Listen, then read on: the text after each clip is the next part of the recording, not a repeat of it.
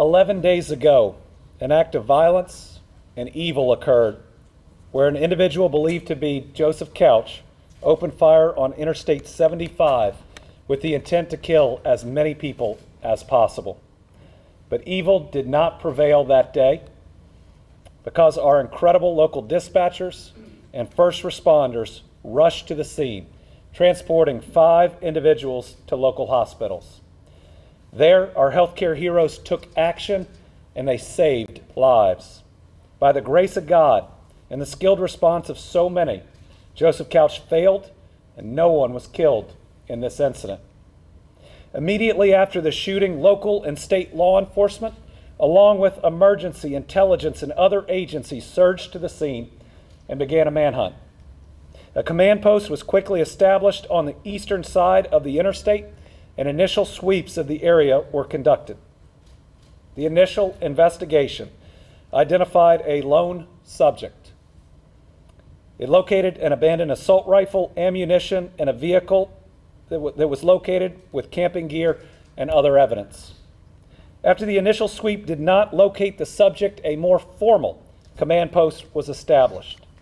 The post included federal, state, and local agencies. Commissioner Burnett is going to recognize each of them here today. We are grateful for every single one of them. Your work has been significant, it's been important, and we appreciate each and every agency that's participated. Hundreds of law enforcement officers were at the scene and have participated in the manhunt. KSP used FLIR technology to pick up heat signatures while ground teams searched parts of the dense forest. Black Hawk helicopters were used to see through the canopy and to get better views. Drone technology was also used, as well as 4 types of canine units. Ground teams were assisted by ATVs and UTVs to help with the search, and to date, I believe the number is 28,000 acres of forest have been searched. During all these activities, cameras were placed across the forest to detect movement. Those are being monitored up to and including today. While the manhunt continued, 2 other missions were being carried out. First, law enforcement was following up and pursuing any local leads about the gunman's location, including any tip that would suggest he was mobile or outside of the forest. The second mission that was occurring was coordination of efforts to increase law enforcement presence in the community to provide additional safety and assurance to your neighbors, to our citizens, as they work to transition back to day-to-day life. In those efforts, Rockcastle and Whitley County schools have resumed classes with additional local and state law enforcement presence. Many other districts came back today or yesterday. We're working with each of the districts to make sure we can accomplish that same goal. The goal of all of these activities and how we have balanced those missions has always been about what provides the best public safety. In the beginning, the best way to provide safety was to locate most of our assets in the manhunt, hoping to find him to neutralize the threat. As that has become less and less likely over the past several days, our best plan now is to augment law enforcement in this community to where our people are. In other words, as the odds of finding the individual in the forest are less, the deployment of our resources into the community now provides a better public safety outcome, a better deterrent than simply continuing the manhunt at its current levels. So beginning this afternoon, we'll begin transitioning state and local law enforcement agencies from a manhunt to a larger presence in this community and the surrounding communities. The search will continue through the monitoring of cameras and the use of aircraft where available. And again, these groups behind me will continue to follow up all credible leads about his whereabouts and continue to investigate all of them. In other words, all 3 missions will continue. But today we're announcing that we are reallocating resources because we believe it is necessary now to do so to provide for the best safety outcomes for our citizens. The plan is fully supported by myself, Mayor Weddle, Commissioner Burnett, Sheriff Root, and Chief Holland. We stand united in this approach. We know it's the right decision, and our commitment is to protect the people of this region.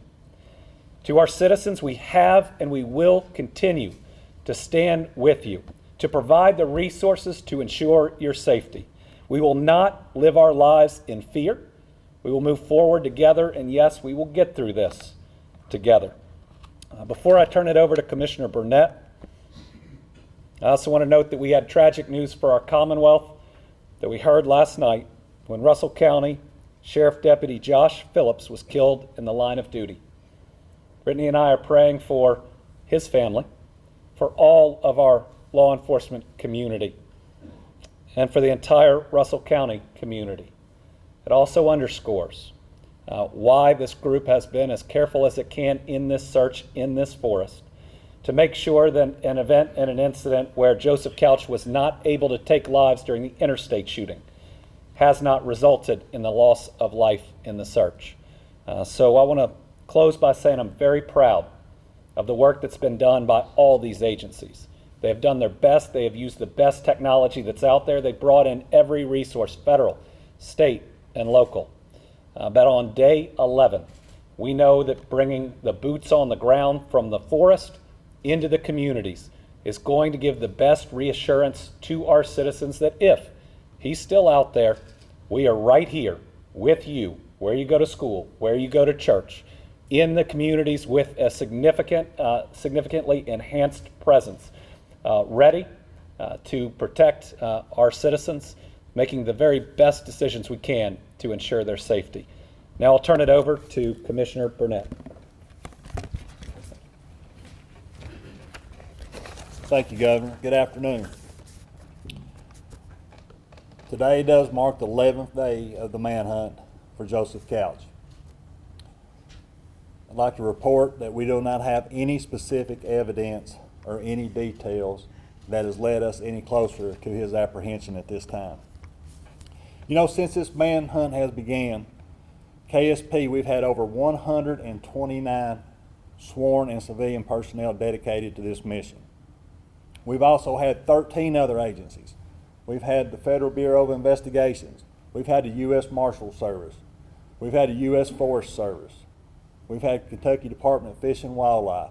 We've had Laurel County SO, London PD, London Search and Rescue, and other entities, and a lot of support from the communities that has aided the Kentucky State Police in this manhunt.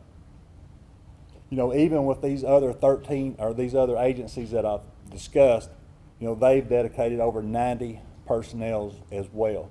So they've been over 230 personnel dedicated to this manhunt and apprehending Mr. Couch.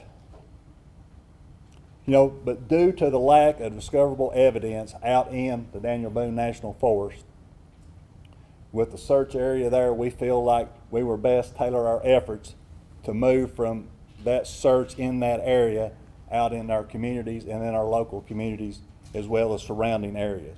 We're going to adjust our posture. All thing we're doing is reallocating our assets to those. And the reason why is because we've had over 400 tips that have come in for us to follow up on his apprehension. The majority of those are outside of the National Forest.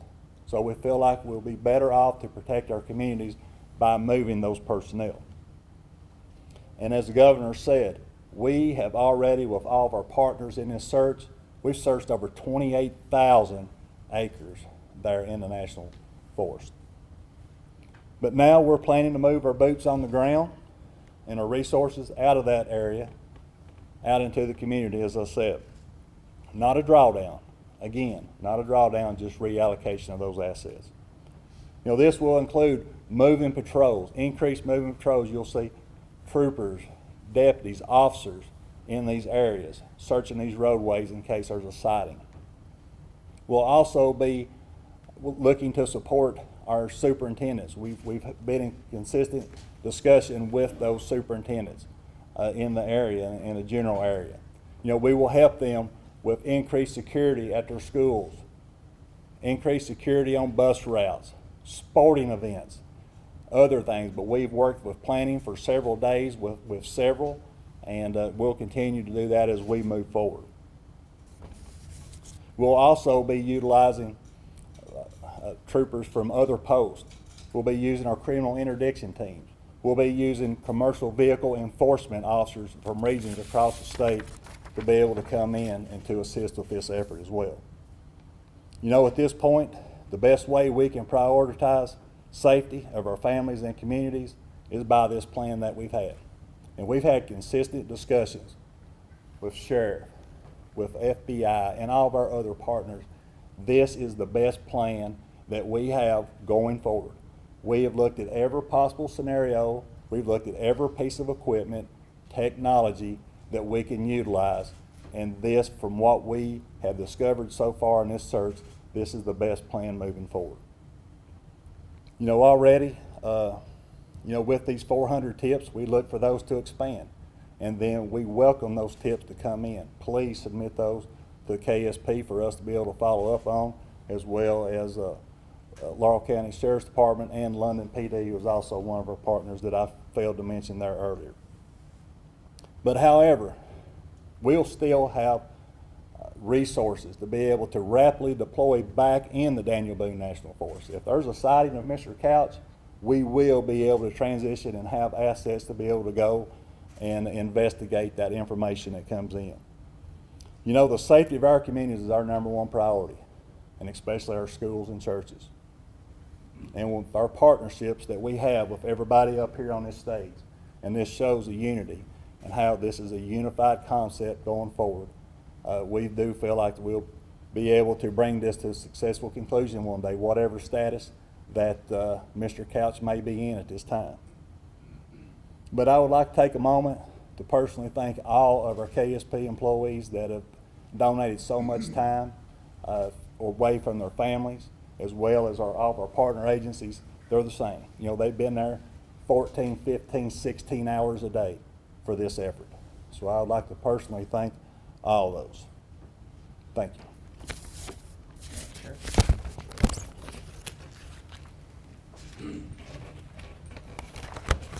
Good evening.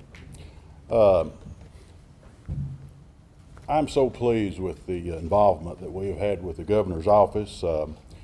When he was here, he's been here numerous times, and he's used phrases such as one Commonwealth. He's used phrases as Team Kentucky. And folks, I want to tell you, that's exactly what this has been. This is a team effort. This is not one agency. This is not one individual. This has been a team, from dispatchers to ambulance service to rescue workers to law enforcement. Everyone has contributed, and this, I just really appreciate it more than you guys could ever know. Everyone has worked hand in hand in this. It's been such a pleasure. Everything's went. If I could, people, if you could change anything, would you change anything? No, I think the job has been done. It's been done to perfection, and I'm very pleased with all the assets that we've had. It just really went good. I was thinking this morning, this is, I'm the sheriff here in Laurel County. That's one county.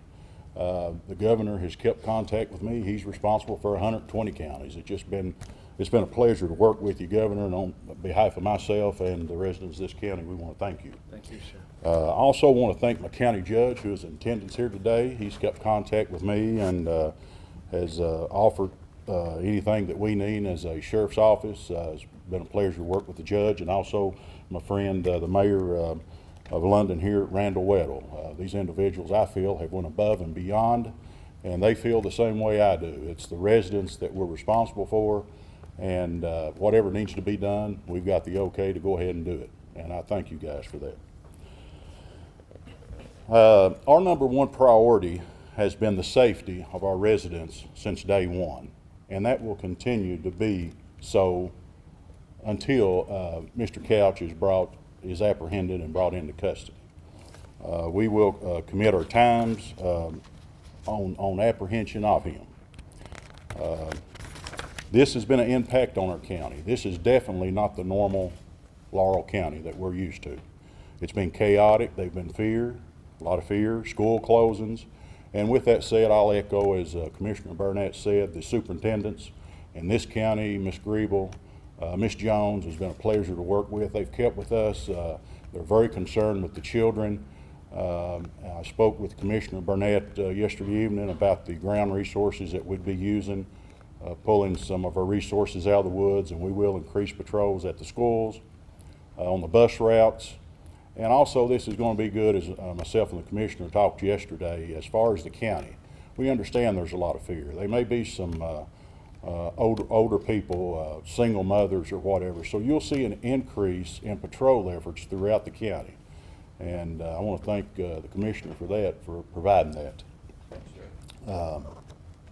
Also want to thank each agency that's represented on this stage. I mean, we can stand here and talk about the amount of work and the technology that's utilized, and a lot of people don't understand. But I'm telling you, everyone has went above and beyond.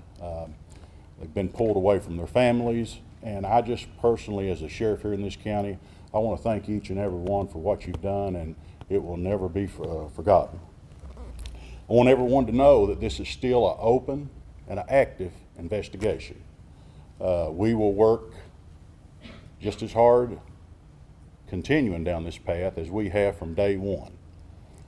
We will not rest until Mr. Couch is brought into custody, and he'll have to face the charges for the things that he's done here in this county.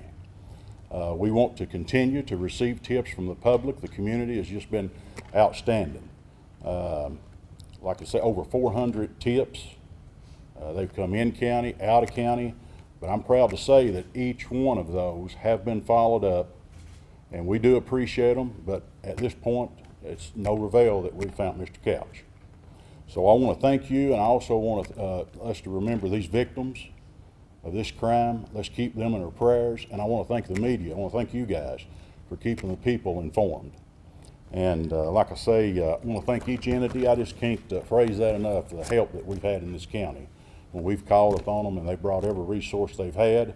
But I want everyone to know that the residents of this county, our #1 priority is the safety of the residents and our children in this county.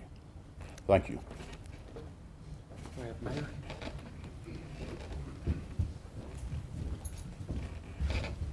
On behalf of the City of London, we just want to thank all the agencies that's been involved in this. You know, even the volunteers that brought food out to the command site. It's been absolutely amazing, the amount of love that has been poured into this county from other counties to other cities. We can't thank them enough. And there is some folks that I would also like to highlight in this. The London Laurel County Rescue Squad that's been doing the mapping service for this entire investigation, Manhunt on the ground. You know, these guys are volunteers, and they've spent long hours helping them, assisting them. And, you know, the city is deeply grateful for this squad and all that they do in this community. I would like while we're here, for Assistant Chief Bobby Day to come and talk about the protection of the city, what the city police is doing, and what we expect out of them. Thank you, Mayor. Guys, my name is Bobby Day. I'm a major with the London Police Department. The London Police Department will continue to support the Kentucky State Police, Laurel County Sheriff's Office with the investigation, as well as any search pursuant to any credible leads or anything we have moving forward. As has already been said here, you know, our department has, as everybody else, have utilized all the equipment we've got, and will continue to utilize any and all resources we have to hopefully bring this to a resolution and to apprehend Couch. Yesterday, myself, along with the state police and the sheriff's office, met with Laurel County school officials, because today was going to start students' first day of in-person training, in-person learning. So we tried to figure out how law enforcement could support that. So one of the things we did as a result, today you saw a strong presence of law enforcement officers on every campus. You'll continue to see saturated patrols on campus, school grounds, as well as bus routes, and anything we can do to help with that. But one thing I wanted to do, and I know that it's already been, we've already bragged on the governor here, but because of the governor and because of House Bill 63, Laurel County has a armed, certified law enforcement officer in every school in this district. That's 18 schools. They not only have one per school, they've got a couple on a couple of the campuses, and we thank you for that, sir, because that's you know, our schools are a very safe place, especially here in Laurel County. In addition to the schools, We're also doing everything we can to provide extra patrol at daycares, hospitals, residences, businesses. You got a business, you got a residence, you want some extra patrol, you can call us, London Police Department, you can call the state police, you can call the sheriff's office. We'd be more than happy to come out and do that. I just extend a thank you to everybody that's already been thanked up here as opposed to being redundant, but also continue to urge citizens to call London Laurel 911 as well as the Kentucky State Police. You get a lead, you get a tip, by all means, call in, let us know. We'll do our best to follow up on this. These efforts are going to allow us to be able to do more of that and concentrate our efforts and focus more on that as well. Thank you. Anyone else? Marshall? Thank you, sir. Good afternoon, guys. My name's Jeremy Honecker. I'm not much of a public speaker. I apologize in advance, but I just want to thank everybody that that's part of the Central Kentucky Fugitive Task Force. We've been able to kind of help out with the investigative efforts and trying to locate Mr. Couch. And as we kind of transfer from the advancing manhunt, that's kind of what we call it. We call it rapidly advancing manhunt into the investigative aspect. We're going to continue to provide resources from our Central Kentucky Fugitive Task Force to Laurel County and the state's police, London PD, everyone to try to locate and apprehend Mr. Couch. Thank you. Yes, please. Good afternoon. My name is Quincy Barnett. I'm the Assistant Special Agent in charge with the FBI Louisville Field Office located in Louisville, Kentucky. Responsibility over the state of Kentucky with offices throughout the state. I wanted to be noted, and everyone's already expressed gratitude to everyone.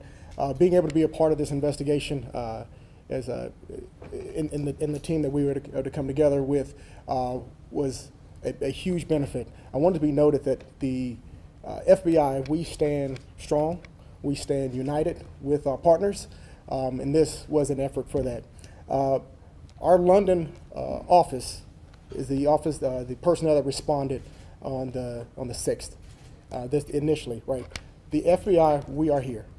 Although we're transitioning from the manhunt and those resources, we are moving toward the fugitive investigation. That investigation will remain headed out of our London office here. These people live in this community. They are part of this community.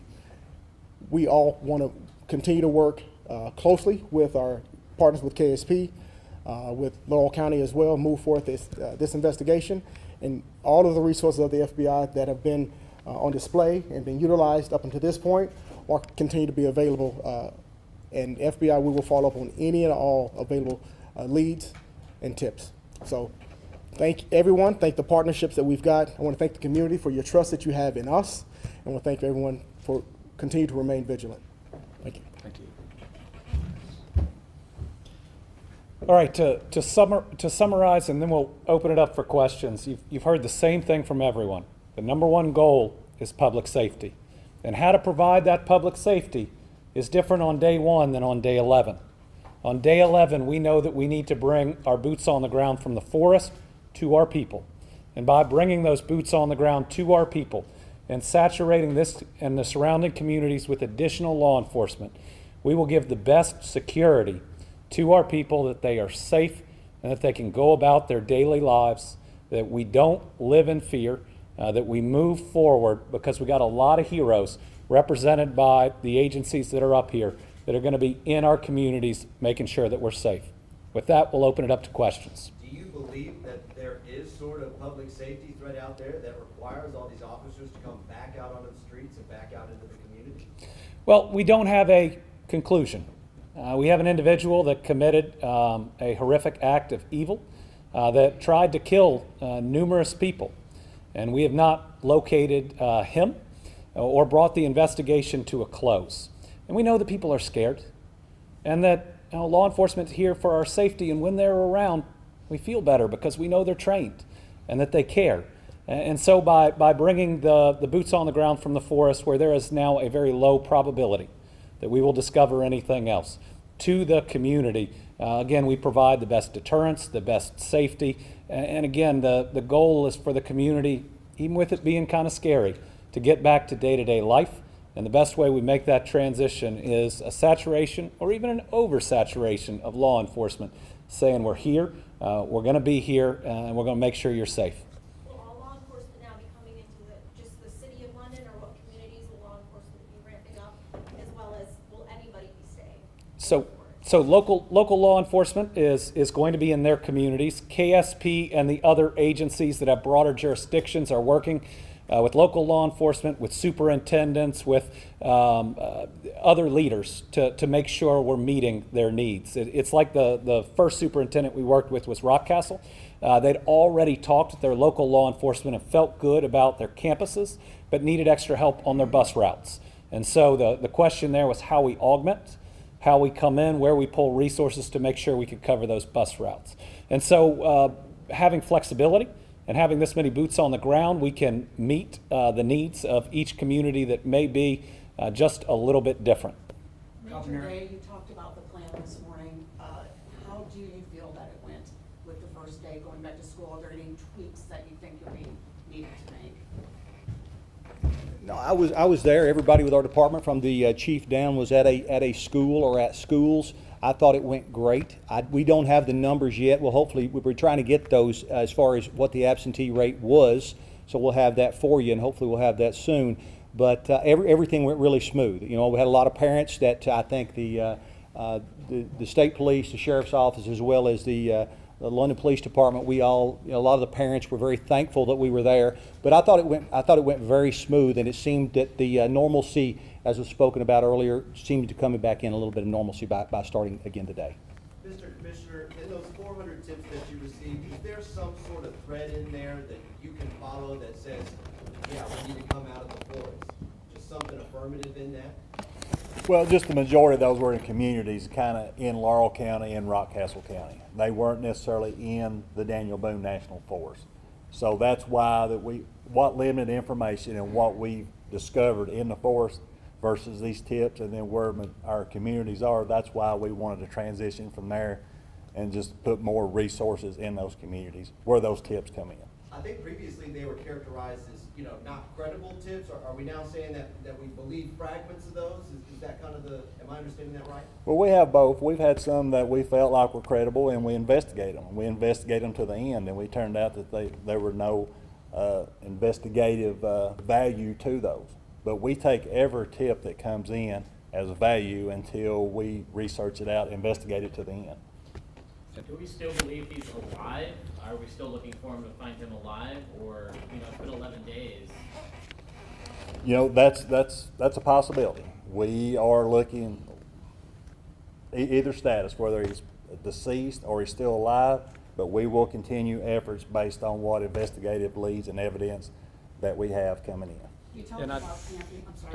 I just add, thank you, Commissioner, that with the evidence right now, I don't think you can definitively say he's still in the forest, he's outside of the forest, or that he's still alive. And so what do you do when that's the instance? You bring as much of the public safety personnel to the public to make sure that we are prepared, regardless of which of the three of those is true. And remember, the manhunt continues just through different means. The deployment of a lot of cameras should help us detect movement within the forest.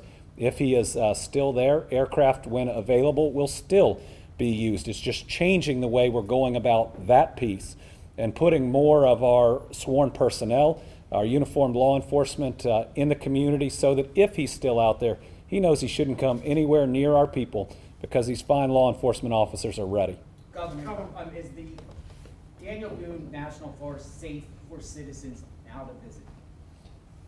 Turn that over to our locals, but I would say at this point we're still conducting a manhunt in the Daniel Boone National Forest, and I'd ask everybody to be really careful. I don't. This is me personally as a dad. I'm not sure I would want my family camping in that area right now, especially as law enforcement is still there. If your movement is picked up by the cameras, that could trigger a law enforcement response. I would continue to stay out of the area to help with this investigation. Anybody want to add to that? Sheriff agrees. Must be right.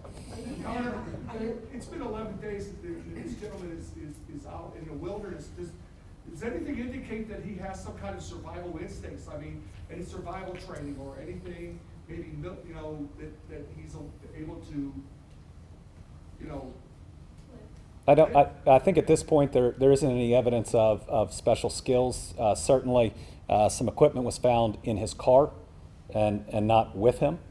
So again, you know, what we're trying to do with the evidence that does or does not exist is to make sure we're allocating the sworn personnel in the best way to protect our people. This is rugged terrain.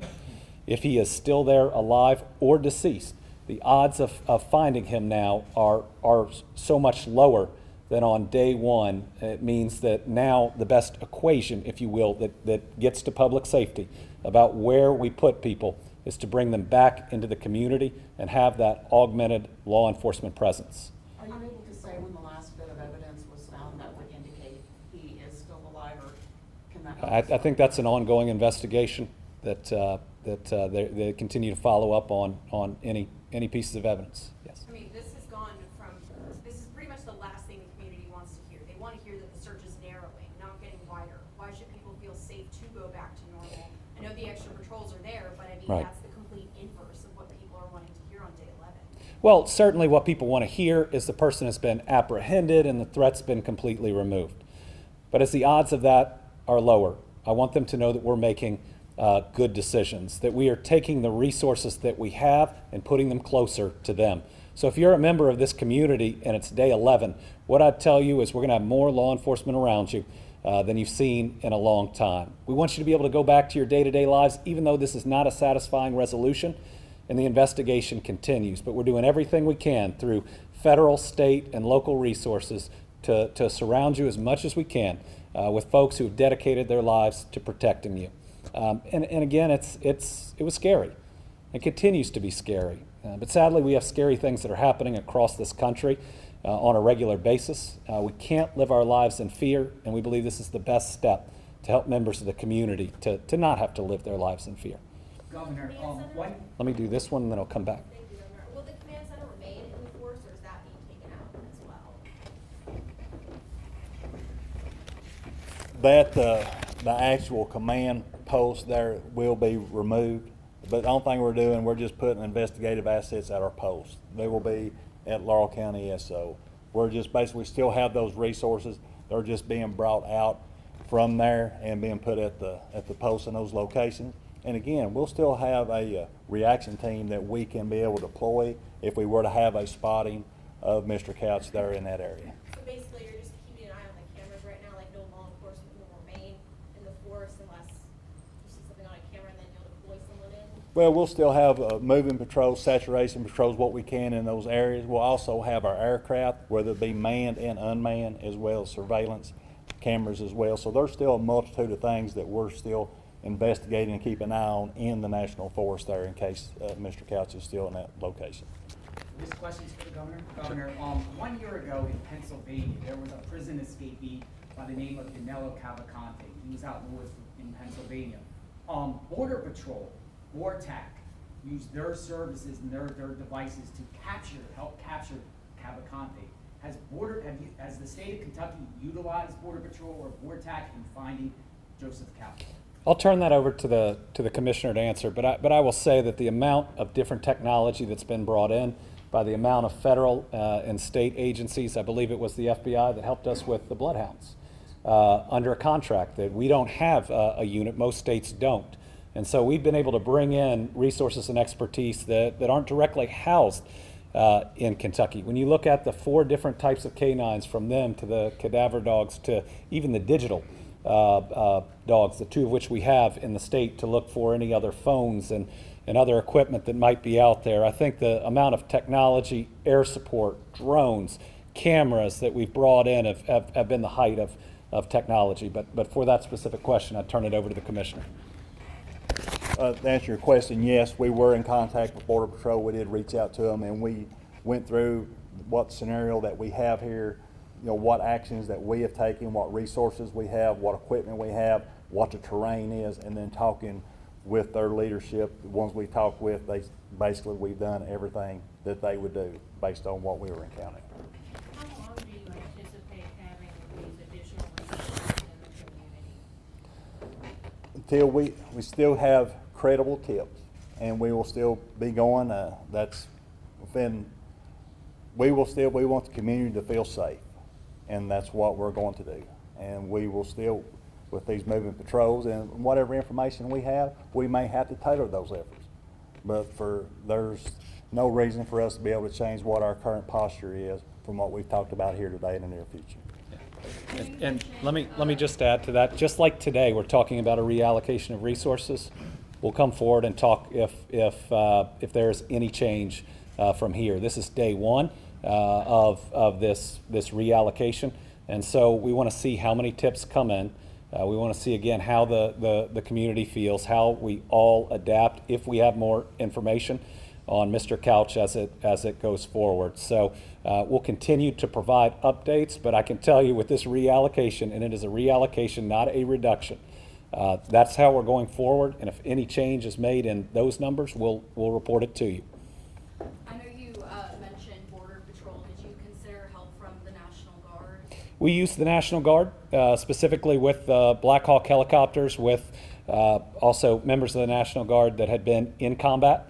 In case that was the case, the Black Hawk helicopters were helpful because they could push the dense forest canopy aside, and we could get a better look. I mean, the really sad news last night was that if he's still out there, still armed and wanting to harm people in the forest, it was our law enforcement, our National Guard that was out there. And so the way that they went about this, prioritizing safety of everybody involved, was just so important. And all of their officers, all of their sheriff's deputies, all of their agents are still with us today, having done their very best, but going home to their families.